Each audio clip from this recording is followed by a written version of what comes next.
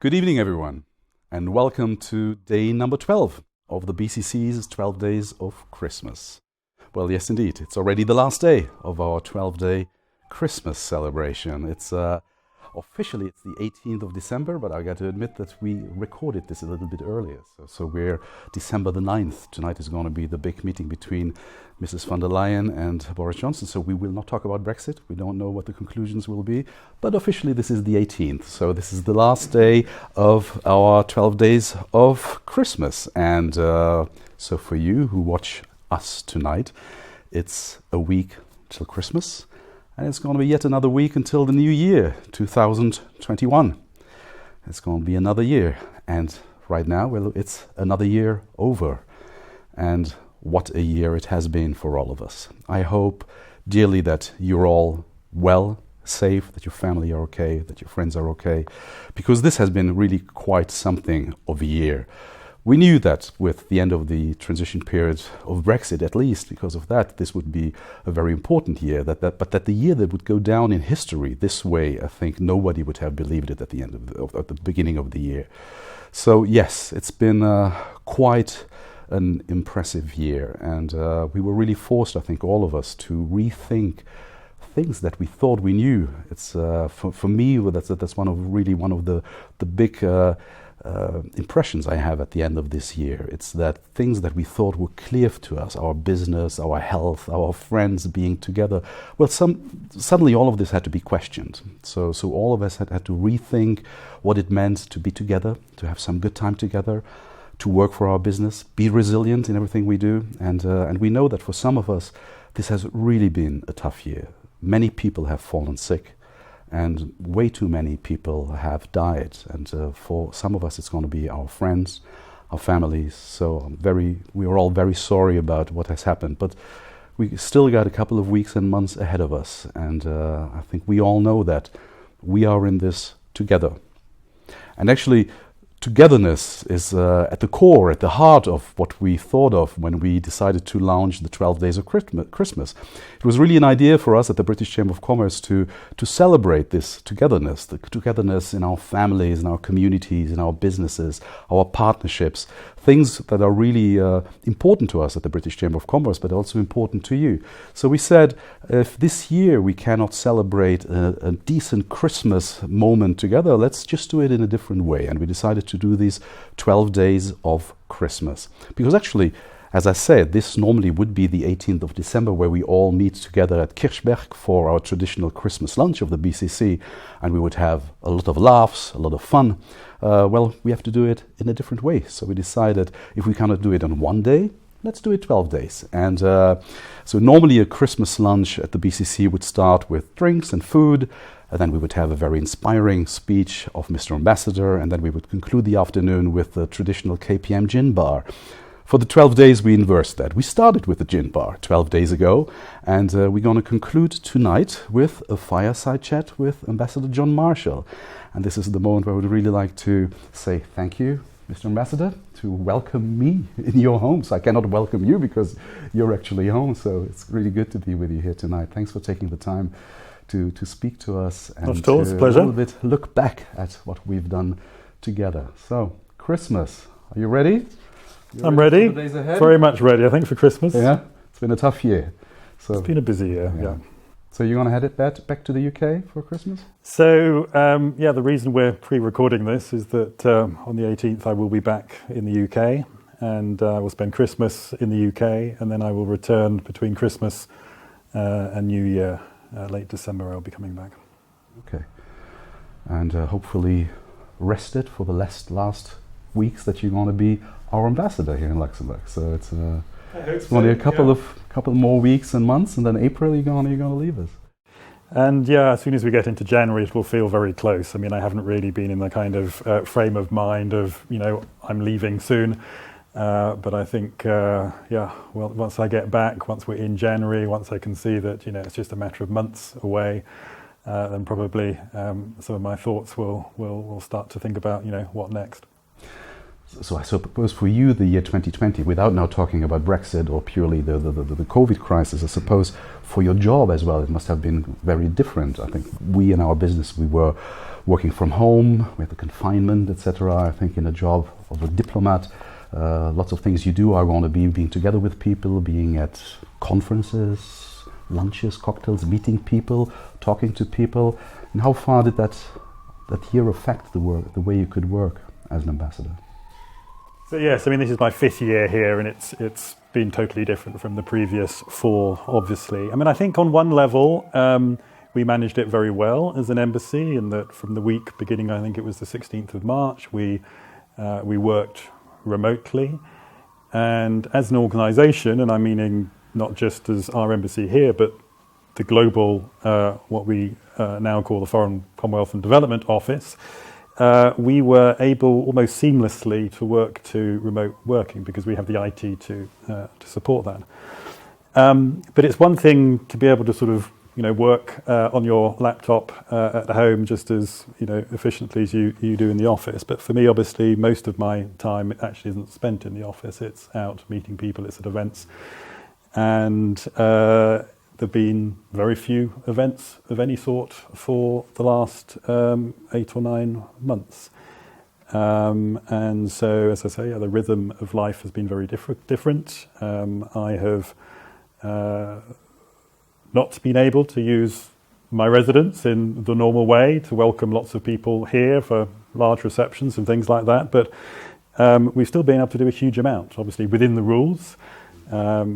Currently, I'm allowed just to have one person into my house, but I can therefore have very interesting and deep and fruitful conversations with different people over lunch, for example, whether they're politicians or business people or people from any other walk of life. So there's still a lot of possibilities, even if the overall environment is very different. And I have to say that I miss how it was before, obviously, because you don't have that.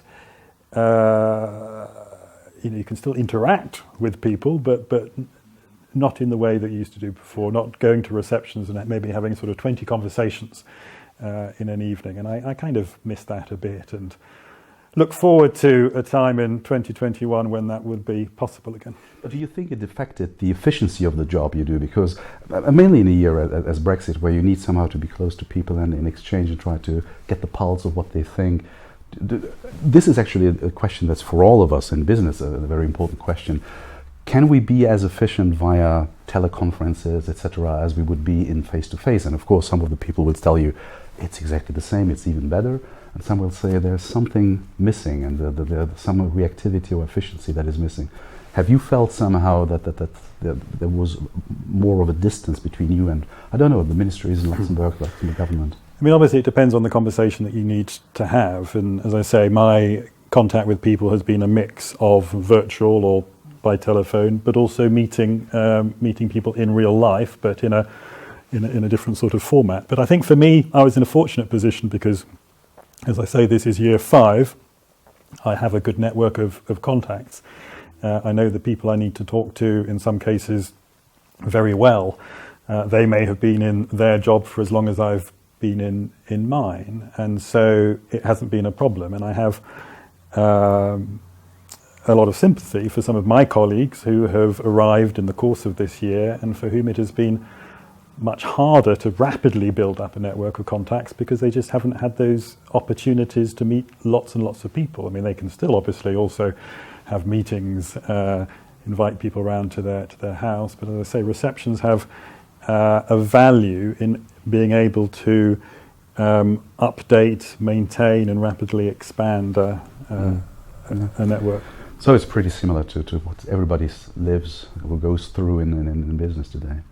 So yeah, 5 years. I think that's already 1 year more than you were supposed to be, or was it 5 years? Was it 4 years? I can't exactly remember. So when I was given the job, it was a 4-year job, but then we changed some of our policies and made a lot of our jobs 4+1. So with the option of doing a 5th year, an option which I took, and that takes me through to March. So it's not quite 5 years yet, but in the 5th. And we're very happy that you took that option. We're very happy to have you, and already thank you very much for the great job we did together and for your availability over all these 5 years. So 5 years. But before I took a quick look at your CV, you traveled the world before. You've been a lot in Africa, I think. You've been in Asia, but most of the last years as a diplomat, you were active on the African continent. So, just as an ambassador, what do you remember of being in Africa over these years, or being abroad over these years? Does the experience of being in these different countries affect the way you perceive coming to Luxembourg, for example? So yeah, I did 8 years in Africa before coming to Luxembourg. The first 4 I was based in Addis Ababa in Ethiopia, but in addition to covering Ethiopia, I also had responsibility for Djibouti, and I used to go to Somalia on a fairly regular basis, Somaliland, the northern part of Somalia. And I wasn't ambassador then, I was our sort of number 2, but we have a very large embassy and a big sort of cross-government presence, because Ethiopia then was our second largest recipient of development assistance. I think it may now actually be our first. And then after 4 years there, I went to Senegal, where I was ambassador and also non-accredited ambassador, or non-resident ambassador to Guinea-Bissau and to Cabo Verde.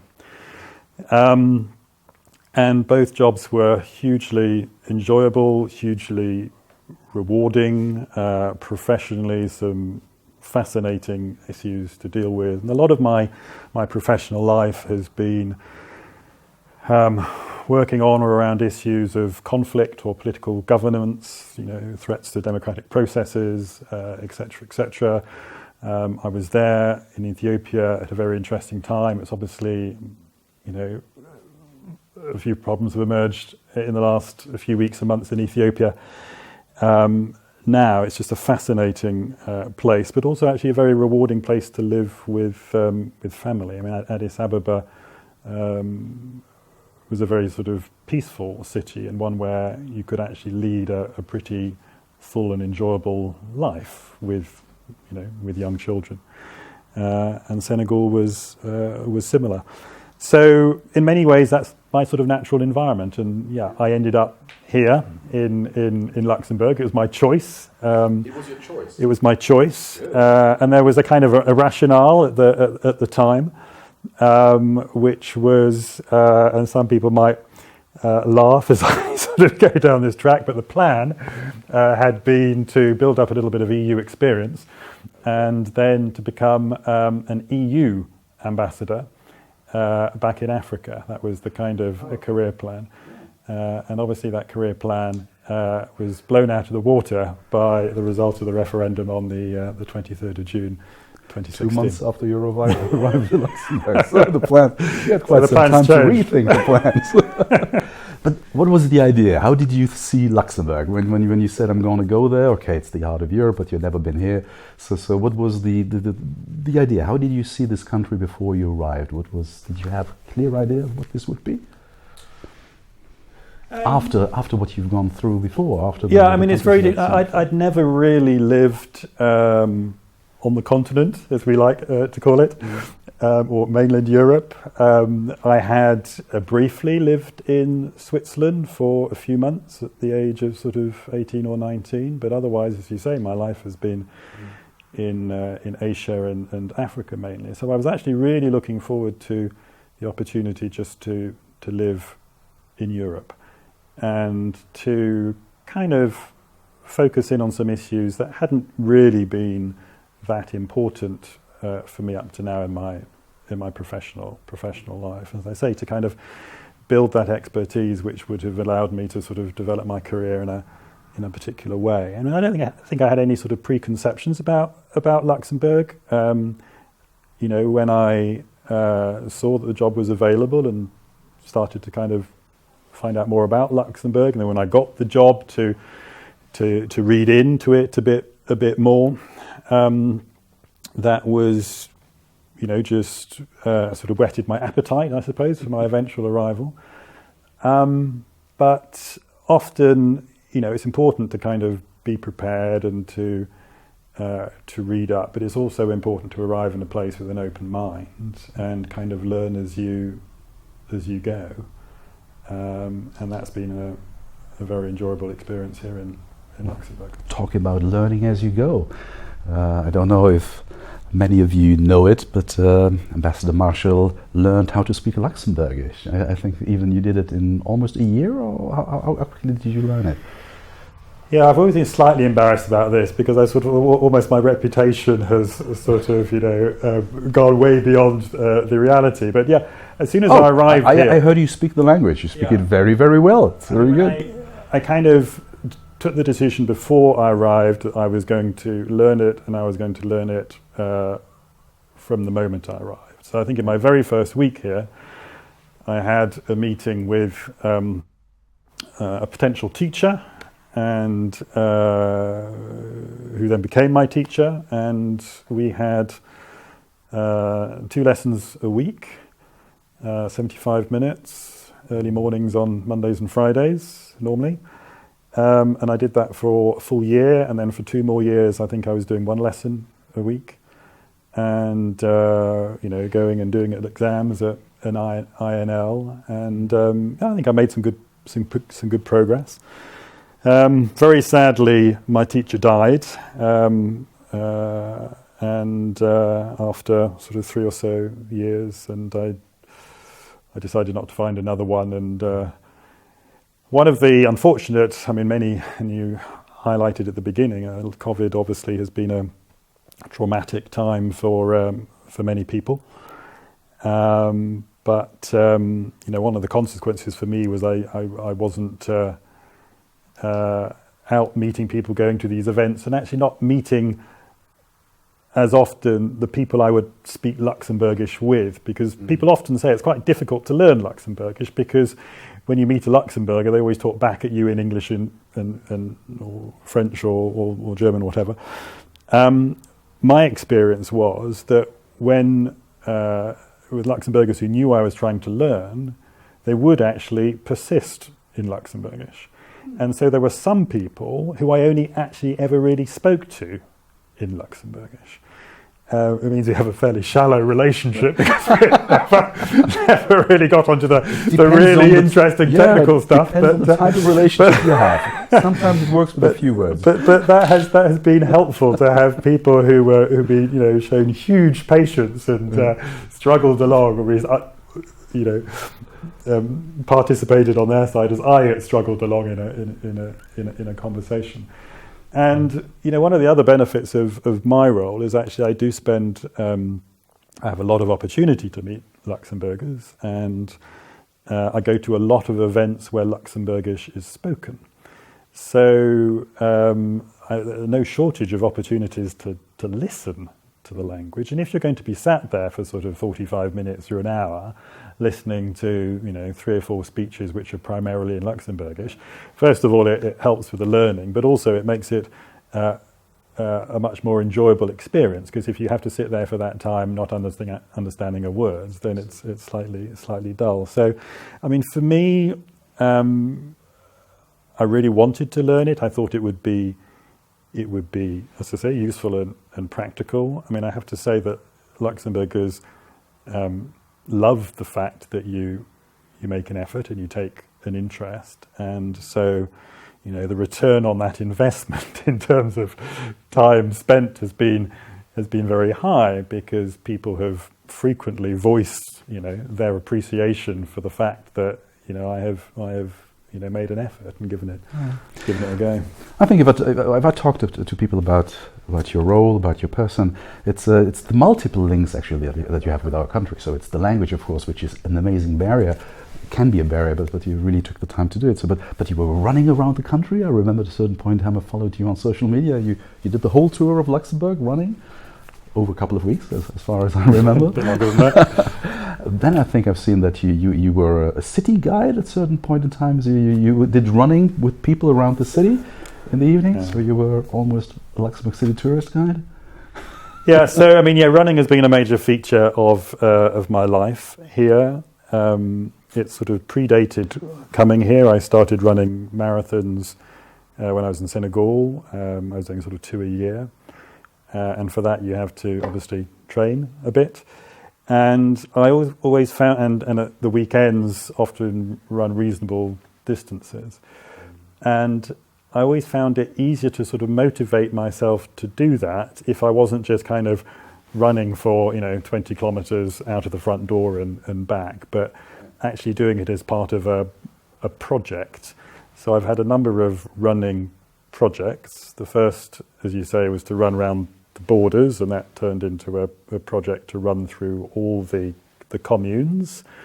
And at the time there were 105, and that was a distance of around sort of 750 kilometres, and done over about 35 runs, and probably about 9 months.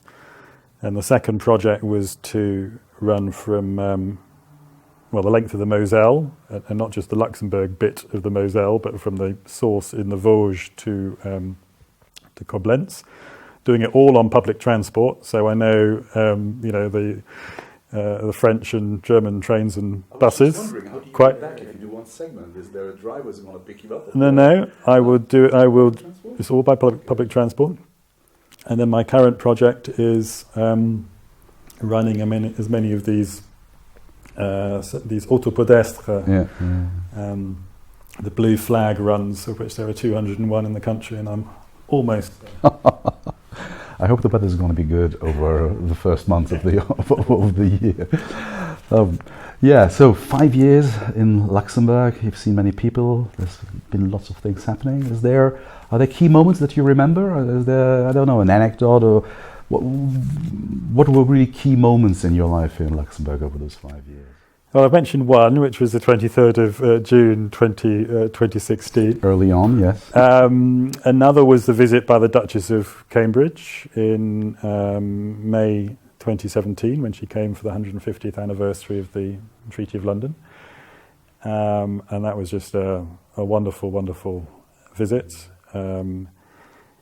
And another moment I will never forget, sad moment in many ways, was the death of Grand Duke Jean. And I say sad moment in many ways because obviously it was terribly sad when he passed, but he'd lived such a sort of full and extraordinary life, and I think it was also an opportunity for everyone just to sort of to celebrate that, really.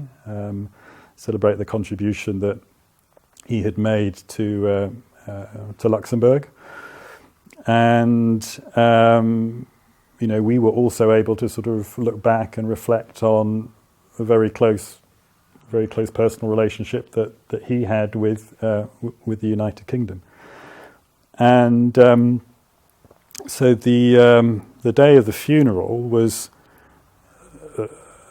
a very emotional day, their great sadness, but quite an uplifting day as well. And it was a real honour for me to be able to participate in that. And we obviously had some senior visitors from the UK. The Princess Royal came, but also a detachment from the Irish Guards, and he had that very strong personal connection with the Irish Guards.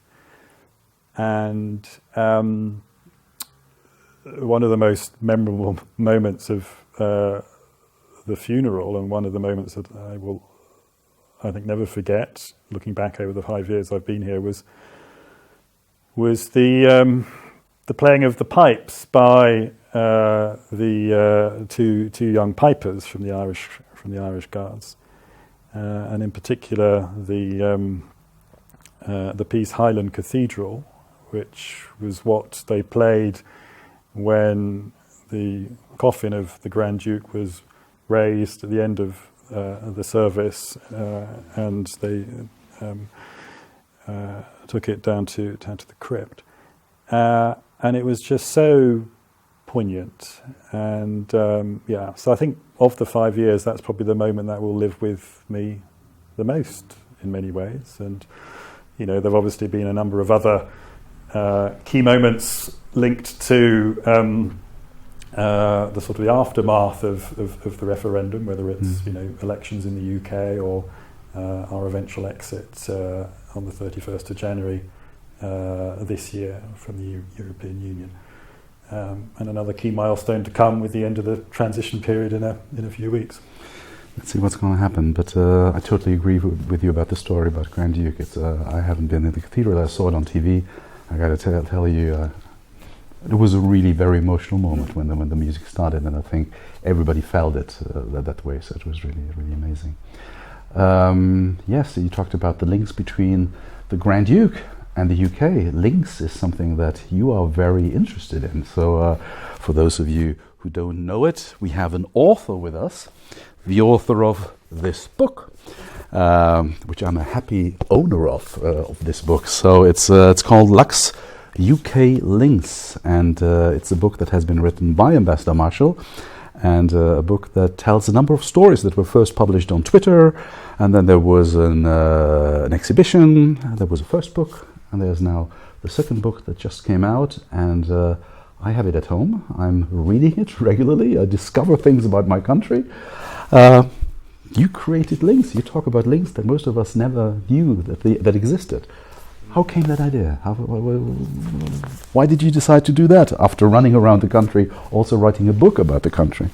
Well, the sort of hashtag Lux UK Links has really been a kind of constant theme during my time here. And as you say, started off as a social media project initiative, I suppose. I was just tweeting out these links as I was kind of, discovering them.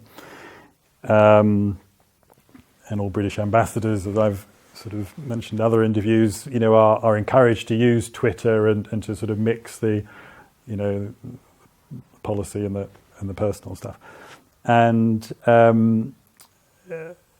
just thought it would be a nice thing to do. As you say, many of the links are extremely well known. Others are known by very, very few people indeed. And it was because it got a positive reaction that it evolved, as you say, into an exhibition, into a first book. And this book really kind of brings everything together, and it's 150 different links. 150. I'm the author of the text, but there's far more photographs than text in the book. It's I think it's a nice book for sort of dipping into, flicking through. And there's lots of solid history for those who love that sort of thing, and there's quite a lot more light-hearted links for those who are just looking to be entertained. So I'm really pleased that it's something that we've been able to pull together this year. It's been quite a lot of work this year in the evenings, but as I haven't had daily receptions and other events to go to in the evenings, I've had that time, and I hope that it's seen as being a sort of a positive contribution to bilateral relationship. It's really interesting. It's really fun reading it, and there's so many things that you discover. I had fun when I saw that you wrote about RTL, the radio station, and that it used to be the radio station that played the Beatles for the first time. And I remember in summer I read the biography of Keith Richards. Okay. And actually Keith Richards also writes in his book about RTL, that he says that he got inspired by RTL, etc. And so when I read it, I thought, oh yep. There are more than that. So RTL and all the other stories. So you can buy this book online. Let's make a little bit promotion for it. You can buy it online, I think. Yeah, and you can get it in Ernster in all the I think all the Ernster bookshops, not just the one in the centre of town, but in Belle-Étoile and Clochetor and places. Okay, and I think Maison Moderne as well. So Maison Moderne, yeah. So I suppose with 150 stories, it's a bit difficult to say which one is the most striking for you, which is, if you had to pick one, which one would it be? Yeah, I don't think I could pick one, but a fairly major theme in it is the kind of the World War II links, whether it's the Grand Duchess talking to the Luxembourg population during the time of Nazi occupation through the BBC from London, or whether it's talking about how it was some young Luxembourg on Rode Fosse, the forced recruits into the German army, who basically passed back information about how the Germans were developing a rocket program up at Peenemünde on the Baltic coast, the V1 and V2 rocket programs, and with that information, the RAF ended up sort of bombing that site and delaying the development of that program. But for me, I mean, what has been quite sort of evocative is, and these are visible links, things you can actually sort of visit here, are the many cemeteries in Luxembourg where there are graves of RAF pilots who are buried here, and I have enjoyed visiting these different parts of the country, and sort of, Pétange in the southwest to Weiswampach in the north, and visiting these cemeteries or monuments to the dead, and that remains a very important part of the relationship, and one I particularly enjoyed sort of researching. But there are equally, much more sort of light-hearted links, like the sort of the Harry Potter ones, or or the links to Agatha Christie books, or the sporting links, and some of the great, most memorable victories, perhaps by Gilles Muller at Wimbledon and things like that. So as I say, there's hopefully something for everyone in that book. I think that there's not many things to discover. So a great gift for Christmas. If you haven't bought your gifts yet. Good. So, we said we wouldn't talk about Brexit furthermore, as we say, we don't know what's going to be decided tonight. So as we said, we're Wednesday, we're pre-recording, so we don't know what's going to be coming out of the discussions. You probably know more today when you're listening to this. But yet, just one point. Do you think, just one question to Brexit? There was one question I wanted to ask actually about this. Just again on a human basis. You're an ambassador. You represent your government. You're here. You have Theresa May. You have Boris Johnson. You represent the point of view that of your government when you're confronted with our government. As a person, how do you manage your personal perception of what's going on? Is it a normal political job where you say, this is what's being said, this is what I'm going to tell? How do you go? How do you manage your own perception of Brexit or whatever it is? So the way you're going to leave the European Union, is it? I don't know. How do you manage those two sides of your own conviction, which maybe is exactly the conviction of the government, or maybe different? And I don't want to know if it's, but just how do you manage it to for 5 years to talk about this topic? So, it's my job. I'm a professional public servant. I know what the obligations and responsibilities of a public servant are, and that is to serve the government of the day. And as you say, while I've been here, I've served the governments of David Cameron, Theresa May, and Boris Johnson. But over my 32-year career, I have served Labour governments as well. Yeah. And that is our job, to serve, impartially the government of the day. So, of course, I'm a living, breathing human being with views and personal views, but I do not for a moment let them obscure the job and the role that I have. And that's not just my approach, that is the approach of every ambassador, every senior diplomat. So we're used to it. And it's not actually a challenge for me on a daily basis. And, representing my government has always been an honour, whatever political persuasion it is. And, there is a role to be played there to clarify, to explain, to persuade, and it's made for a immensely sort of rewarding job. As for us at the British Chamber of Commerce, we were very happy to have you during those years, because we had lots of opportunities to meet, to talk. You gave the opportunity to our sustaining members to come to Brexit briefings. We regularly had conferences that we did together, so it was really outstanding, the availability you had to answer questions, to help people forward, and really to somehow ease maybe the problems that surely people, companies, families face. So I think it's whatever the outcome, but I think it's been very helpful to all our members to be able to have that relationship. And thank you very much again. Do you think that the year 2020, through the crisis, the Corona crisis, do you think the discussion would have been different if there hadn't been the health crisis over the year?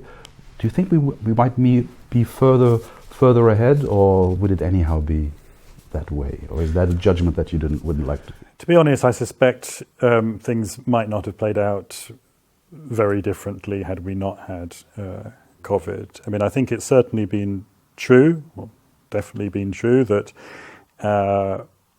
the aftermath of our exit, the negotiations that we have had with the EU, have not been as uppermost in anyone's minds, whether it's the general public's or governments in Europe, because there has been a bigger, more immediate challenge. But by and large, anyway, I mean, the EU member states had delegated the task of the negotiations to Michel Barnier.